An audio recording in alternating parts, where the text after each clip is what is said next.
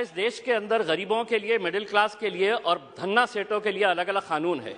मैं आपको बताना चाहता हूं, अगर इम्तियाज जलील 50 लाख रुपए का अगर लोन लेता है और वो लोन डिफॉल्ट करता है तो बैंकों को ये इख्तियार है कि मेरा नाम, मेरे गारंटर का नाम, मैं जो प्रॉपर्टी मॉर्गेज कर रहा हूं उसका एडवर्टाइजमेंट अखबार के जरिए वो देकर मेरी प्रॉपर्टी सीज करते हैं और मुझे बदनाम करते हैं मैं 50 लाख रुपए का लोन लिया हूं। लेकिन अगर कोई किसी ने 5,000 करोड़ रुपए का लोन लिया है, किसी ने 50,000 करोड़ रुपए का लोन लिया है, जिसको आप बड़ी आसानी के साथ हर रोज माफ करते जा रहे हैं, पिछले 4 सालों के अंदर आपने कितना पैसा राइट ऑफ किया है? और ये मैं नहीं बता रहा हूं अध्यक्ष महोदय, ये जवाब कल फाइनेंस मिनिस्टर ने क्वेश्चन आवर के अंदर बताया है। तो सुनिए, उसके अंदर पिछले 4 साल के अंदर कितना पैसा, 8,48,186 करोड़ रुपीस का लोन राइट ऑफ किया गया है। और जब हम इनसे पूछ रहे हैं कि किसका पैसा ये आपने राइट ऑफ किए हैं, तो जवाब सुनिएगा अध्यक्ष महोदय, आपको भी हैरानी होगी जो जवाब फाइनेंस मिनिस्टर मैडम ने दिए हैं। उसमें लिखा है, RBI has informed that under the provisions of Section 45E of the Reserve Bank of India Act 1934, RBI is prohibited from disclosing borrower-wise credit information. RBI ये आपको कह रहा है कि हम आपको डिटेल नहीं दे सकते हैं कि कौन बड़े धन्ना सेठों ने पैसा लिया है, ये देश को आप नहीं बताएंगे। आखिर ये पैसा 8,48,186 करोड़ रुपीस आपने राइट ऑफ किए हैं। इसका जवाब आप दीजिएगा कि मेरे लिए कानून अलग कैसा हो सकता है और जिन्होंने धन्ना सेठों ने पैसा लेकर कोई लंदन भाग गया है, कोई सिंगापुर भाग गया है, उनका नाम भी RBI नहीं बताएगी हमारे को। दूसरा ये है कि मैं अभी सुन रहा था जगदम्बिका पाल साहब को। पाल साहब सुनिए, आप किसानों के बारे में कह रहे थे। मैं जिस क्षेत्र से आता हूं, देश का एक छोटा सा एक शहर है, उस क्षेत्र के अंदर, महाराष्ट्र के अंदर मराठवाड़ा एक छोटा सा क्षेत्र है, उस क्षेत्र के अंदर जनवरी से लेकर नवंबर 2022 तक महज 11 महीनों के अंदर 940 किसानों ने आत्महत्या की है। मैं देश की बात नहीं कर रहा हूं, मैं सिर्फ मराठवाड़ा एक जो देश का एक छोटा सा हिस्सा है, कहीं ना कहीं आपकी कुछ नीतियां गलत हो रही है अध्यक्ष महोदय, कहीं ना कहीं आपकी नीतियां गलत हो रही है, वरना इन किसानों की मौत को आपने सिर्फ एक आंकड़ा बनाकर रख दिए हैं। 940 किसान अगर सिर्फ एक क्षेत्र से मर रहे हैं और ये कहते हैं कि नहीं हमने किसानों के लिए इतना किया है, तो क्या वजह है कि आज किसान अपनी जान दे रहा है?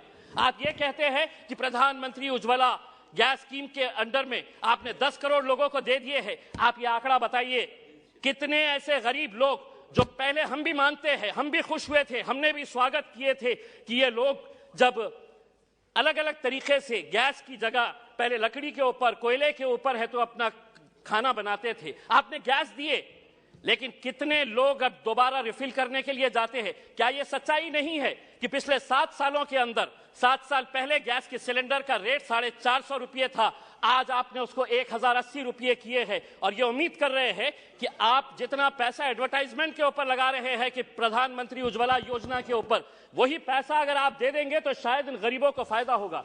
अनएम्प्लॉयमेंट, आज बेरोजगार, ये आंकड़ा मैं नहीं बता रहा हूं, कोई मनगढ़ंत आंकड़े नहीं बता रहा हूं, centre for monitoring Indian economy, इनके आंकड़े आए हैं।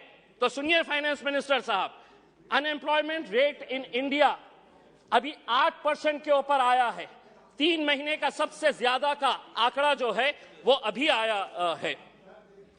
अध्यक्ष महोदय, हो सकता है आपके पास भी एक EPS 95 की एक स्कीम है।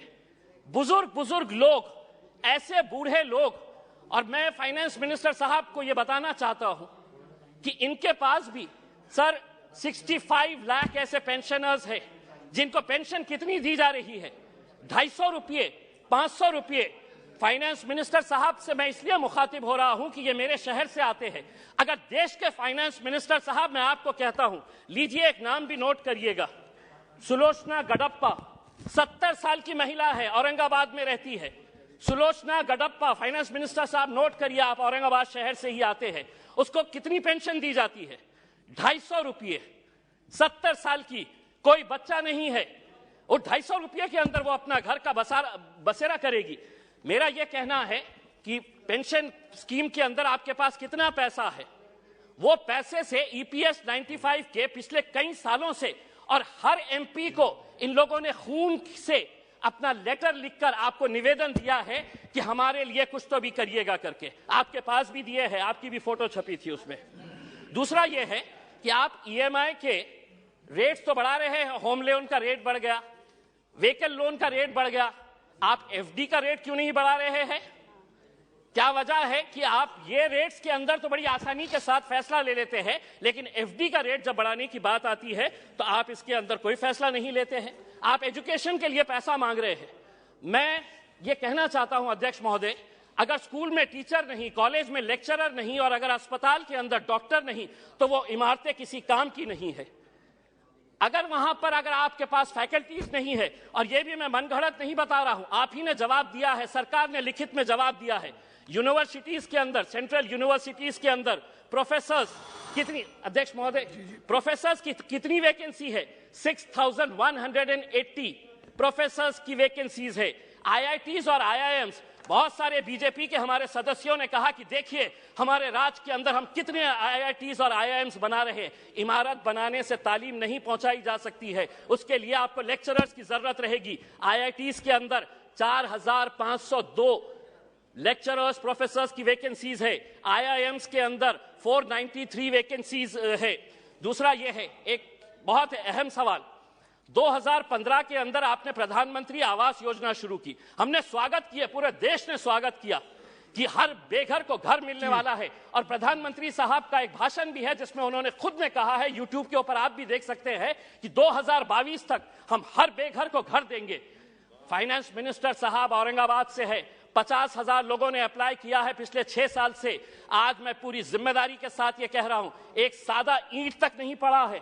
बिल्डिंग बनाने की तो बात छोड़िएगा आप, सादा ईंट नहीं पड़ा। अध्यक्ष महोदय सिर्फ एक मिनट, एक सादी ईंट तक नहीं पड़ी है। दूसरा ये है अध्यक्ष महोदय, जाते जाते इस मुल्क को, हमने कल के दिन फाइनेंस मिनिस्टर मैडम कह रहे थे कि फास्टेस्ट ग्रोइंग इकोनॉमी है।